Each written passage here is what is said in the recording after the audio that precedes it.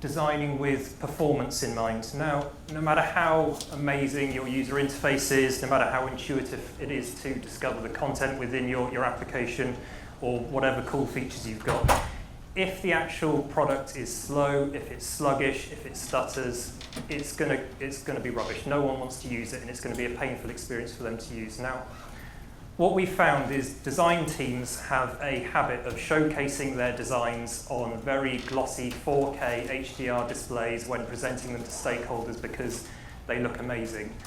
But at the end of the day, those very high-spec devices probably only make up a very, very small majority of what your actual end users are going to be using. And in reality, they're probably going to be using much lower spec devices, much older devices with much lower resolution screens.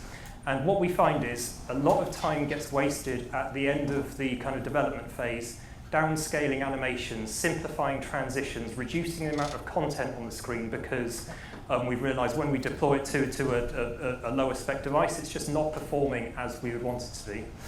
So how do you go about doing this? I think the key here is from the moment you put pencil to paper as part of the design process, just keep performance in mind at all times.